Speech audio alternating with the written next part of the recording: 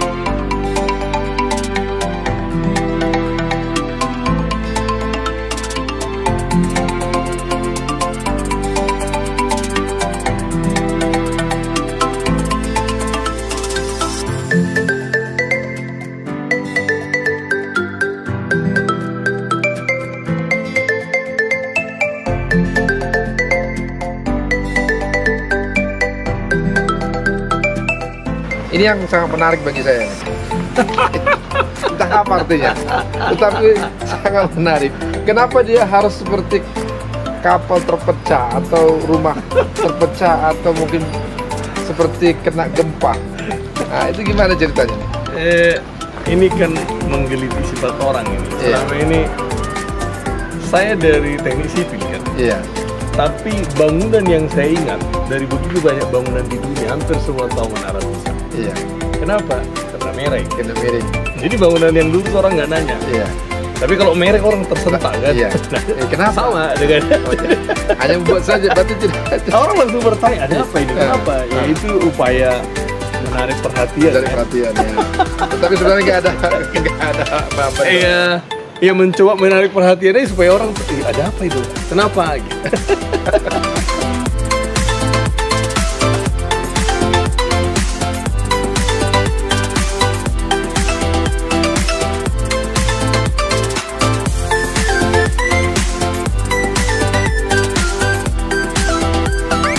Luar biasa, kapal Nabi Nuh. Kapal Nabi Nuh. Noah boat. Iya. Noah boat. Ya. Nah, ini kan pasti memerlukan bukan hanya sekedar tempat atau sekedar apa namanya kayu-kayu, tetapi juga memerlukan keahlian. Ya. Ini yang ngerjakan ini Leib Sebastian langsung atau juga dibantu teman-teman? Boleh ceritakan? Iya. Jadi kan tadi ceritanya Pak Samot sudah mengerjakan. Jadi dia sudah punya konsep sama tukang yang membuat sama konsepnya untuk pemotretan dan itu dibuat di Tarutung. Iya. Jadi ceritanya saya belum lihat. Ceritanya sudah dikerjakan setengah kapal. Oh iya. Nah ini tukang yang sama yang karena memang Pak Samotnya sudah mengerjakan itu, punya mimpi dengan itu kan, tinggal menuangkan di sini sebenarnya. Ya sudah, begitu kita cerita sepakat bisa di sini kira-kira diperkirakan dengan tiang, tinggal membuat tiang aja kan. Kalau Pak Fernando lihat ini kan sudah ada lantai bangunan itu, berarti tinggal perlu tiang penopang sini. Iya. Jadi orang Tarutung yang buat ini. Orang Tarutung ya? Ada 6 orang ya. 6 orang langsung. Jadi dibentuk. Nggak terlalu rumit karena memang bukan untuk tahan air kan, bukan kapal di atas air. Jadi lebih kepada hanya visualnya sebenarnya. Kalau bahan kayunya, apakah seperti kayu inul juga atau menarik ini Pak Fernando. Awal-awal kan karena visual kita kan kasih kayu biasa. Kayu biasa. Jadi luar tapi ternyata memang luar biasa lah. Untuk lantai nggak sampai setahun hancur memang. Hancur ya. Kayu kita pakai dari toko bahan bangunan, kayunya hancur. Untung saya memang dari dulu suka kayu ingul ya. Ingul atau ungil orang bilang memang untuk kapal. Apakah memang sengaja untuk menjual apa? Orang kalau di kawasan Toba ini jual ada Tobanya. Ini enggak. Yang dijual hanya view ke sana juga dijual juga apa konsep jurang seperti ini. Iya. Kan view. Ya beginilah yang kami temui di tempat ini Pak. Jadi dulu tahun 2008 kami jujur karena murah. Jadi saya menyadari setelah menikah perlu tempat sendiri ya. Kami belilah lahan di depan. Tempat bangunan toba hanya segitu sebenarnya. Saya beli hanya 14 meter kali 30. Hanya segitu. Lalu pelan-pelan ya saya coba kerjakan ke belakang ini, saya cari tahu siapa pemilik tanahnya. Rupanya tanah ini dulu di atas ini sawah, Pak. Dulu ada namanya terkenal Titi Awas di Soposurung. Tapi kemudian mengering lah. Sawahnya lalu tidak dikerjakan lagi. Jadi sudah semak belukar ini. Dan ini dikenal dengan Parulokan, banyak ular. Banyak ular. Tidak mau kita bayar pun orang kerja di sini nggak mau. Tidak mau Parulokan. Nah kita kerjain lah pelan-pelan. Kita kerjain dan puji Tuhan yang punya tanah pun tidak keberatan. Berarti ini belum beli sendiri ya? Belum, jauh Pak. Ini kita hanya bisa beli yang depan aja sekecil. Konsepnya gimana dengan pemilik tanahnya ini? Ini menarik Pak, menarik juga. Jadi dibilang sewa juga nggak bayar sewa, tapi ya dia datang kemari melihat kami kerjain ya. Saya canda aja bilang, nanti Tuhan marah sama Inang. Kenapa? Masa dikasih tanah sama Inang biarkan jadi semak belukar. Jadi saya membantu Inang sebenarnya supaya Tuhan tidak marah. Jadi saya tanam buah-buahan. Gibi persidohok mate. Ada ketawa-ketawa lah. Jadi kalau ada hasilnya, saya antar gitu. Oh gitu kalau ya. Ada pepaya. Ya karena konsep Batak pun begitu sebenarnya, prinsip sawah kan. Segogoneido kan. Kalau menghasilkan ya bagi dong, jangan juga pelit-pelit gitu. Ya sama, saya berpikir seperti itu. Selagi ini menghasilkan, kenapa tidak dibagi ya? Dibagi gitu loh. Saya lihat ada panggung kecil di sisinya kapal. Jadi orang sambil bisa melihat sosok kapal juga bisa melihat di sini. Ada tempat duduk, ada panggung, ada kapal miniatur juga kecil nih kan. Nah, ini maksudnya ini apa sih kok pakai gini, apa tempat pacara atau gimana? Jangan-jangan tuh konser musik juga bisa deh. Iya, kami kan senang jalan nih Pak Fernando. Nah, salah satu tempat yang sangat saya kagumi itu di Bali ada namanya Bali Pulina. Bali Kulina ya? Bali Pulina.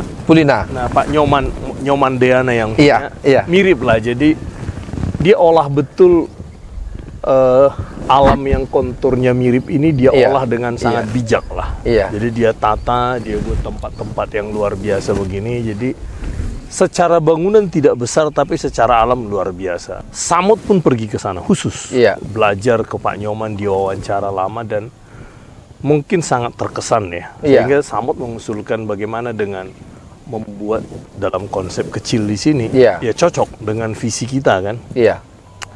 Dan memang benar Pak. Jadi di Del pun ada begini kan. Ada. Benar. Model-model open theater gini menarik kan. Tapi ya kita boleh dalam skop kecil kan. Dan lebih alami ya. Dan memang sudah berkali-kali kita coba pakai. Kemarin ada anak SMK, ada anak dari Pagar Sinondi juga. Remaja 35 orang ya. Enak, suasananya enak Pak. Kita ngobrol di sini. Baik. Nah ini tadi bicara ada anak SMA, anak SMK. Saya lihat juga banyak anak SMK. Ini memang sengaja menampung mereka untuk lahan sebagai tempat praktek sekaligus juga menumpukan kreasi mereka. Itu memang sengaja itu? Iya Pak Fernando, saya kan dulu lama di Bandung ya. Jadi memang taman SMP orang tua saya udah mengirim saya ke Bandung untuk bisa belajar ya. Tapi kalau jujur saya lebih memikat hati saya bukan pelajarannya, tapi hal-hal menarik di Bandung itu. Dan itu sangat kuat menancap di pikiran saya. Nah, ada keterbebanan. Jadi ada keterbebanan, kan tidak semua bisa seberuntung kita. Pak Fernando dari Bandung juga kan. Ya, kita melihat hal-hal yang kreatif yang bagus, tapi tidak semua punya kesempatan itu kan. Nah, kita ingin coba menghadirkan di tempat ini gitu loh. Saya kan senang jalan juga Pak Fernando. Nah, kita mayoritas orang Batak kan sekolah tinggi-tinggi Pak. Tapi itu yang kemudian membuat tidak ada yang pulang, semuanya merantau kan. Sementara justru kalau orang Batak bilang jangan pulang kalau bisa jadi pejabat di pusat gitu kan. Mimpinya umumnya begitu kan. Di mana banyak uang jadi kerja di tambang, kejurusan minyak karena di situ banyak uang kan. Nah, SMK ini menjadi sesuatu sekolah yang tidak dianggap gitu loh. Tapi kalau di Jawa kan hebat Pak, kayak SMK bisa. Mobilnya Pak Jokowi itu dulu mobil SMK. Nah, saya berpikir ini yang paling tepat, yang paling cocok gitu loh. Nah, keterbebanan itu sebenarnya yang paling membuat karena mereka ini Pak yang sangat dibutuhkan di kawasan, yang mau bekerja langsung dengan tangan, berkreasi gitu loh, nggak harus tinggi-tinggi sekolahnya kan. Iya. Nah, sekolah SMK ini kan Pak lebih banyak ke prakteknya, bukan teori kan. Nah, akhirnya kita coba menyikapi itu dengan membuat, dan puji Tuhan makin banyak Pak Fernando, ini makin banyak. Kalau STM mungkin ini gelombang kedua. Gelombang kedua ya. Nah, yang menarik para wisata juga. Jadi dari Tarutung sudah praktek dan tinggal juga di sini gitu. Jadi kita memang mau sampai hal-hal kecil Pak, bangun pagi. Kan ada serama yang bagus nih Pak, Del sama Yasop. Surung ya. Tapi berapa orang lah yang bisa masuk ke sana kan? Nah kita coba yang tidak seberuntung bisa masuk sana, kenapa nggak kita coba buat sesuatu yang juga menarik untuk anak-anak SMK ya? Baik. Itu kira-kira. Baik, luar biasa.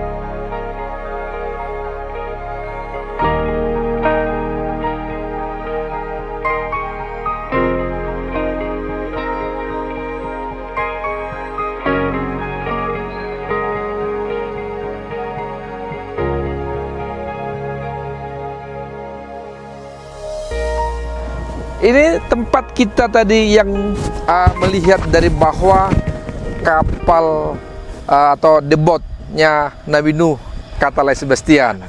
Tempat spa yang nyaman, ya. Ini kita pas di ujungnya, tepat sekali di ujungnya.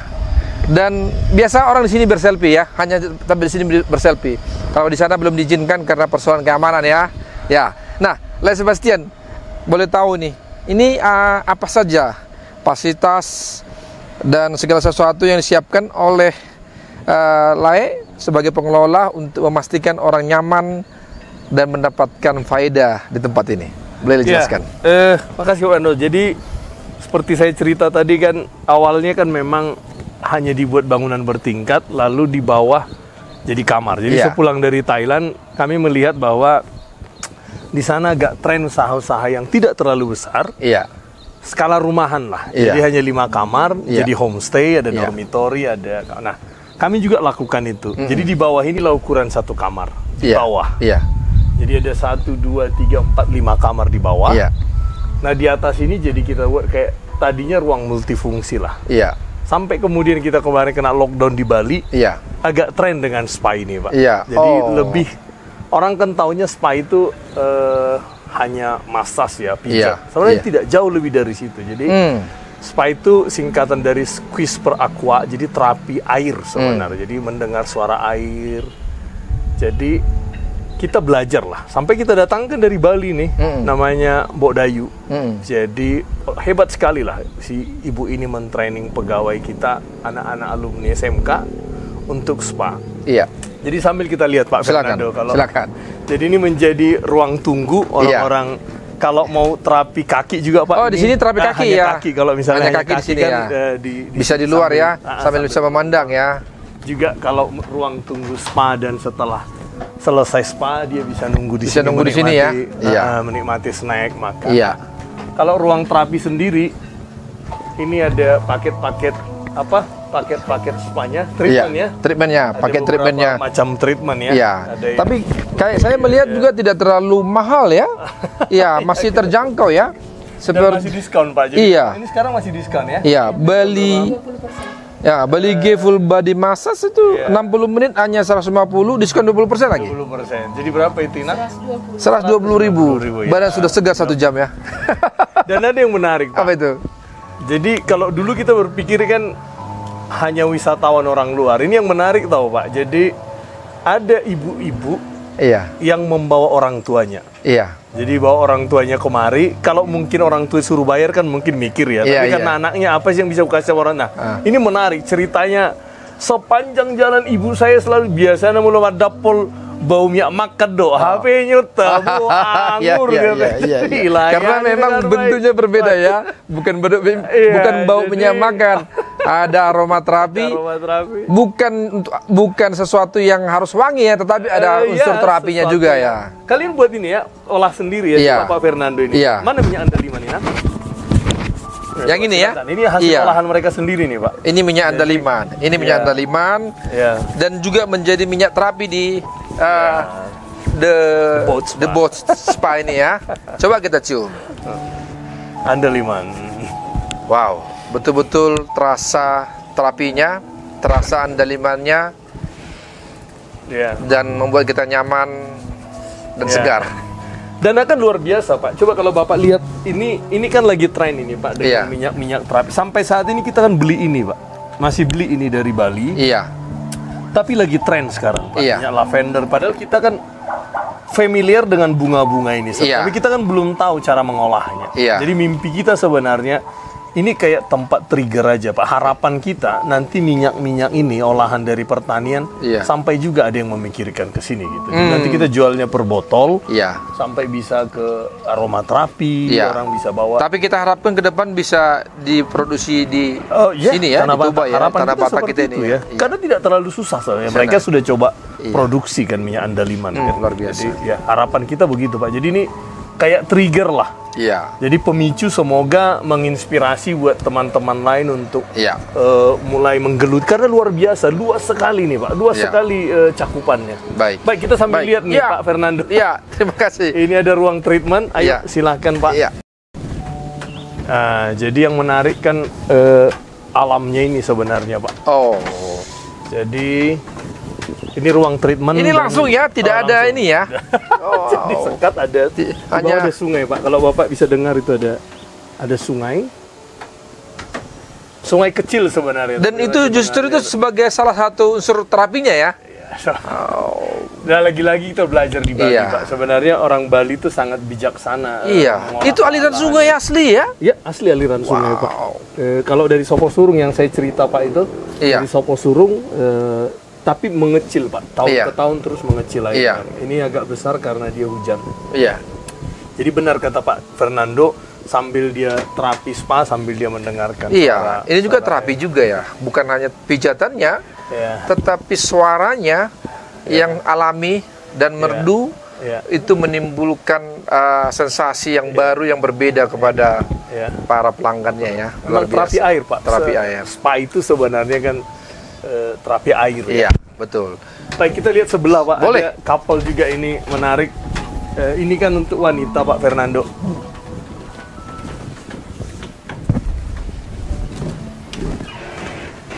Nah, ini khusus wanita ya. Ini couple Pak. Di couple. Couple jadi ada juga bathtubnya. Berarti sini bisa keluarga, suami istri ya.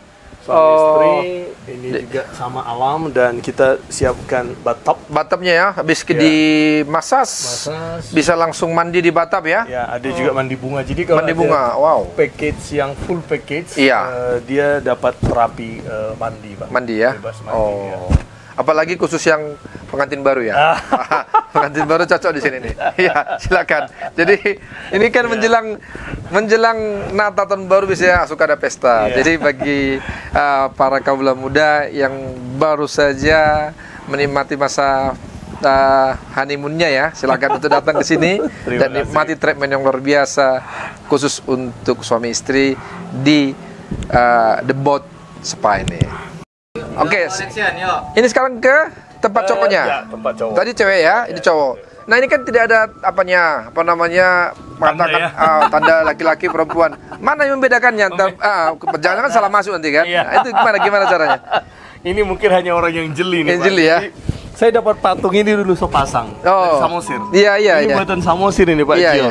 Iya. Jadi patung perempuan kita taruh di sebelah, ini patung laki-laki. Oh, jadi harus ini juga ya? Orang yang jeli Pak. Harus jeli juga melihat. Lihat.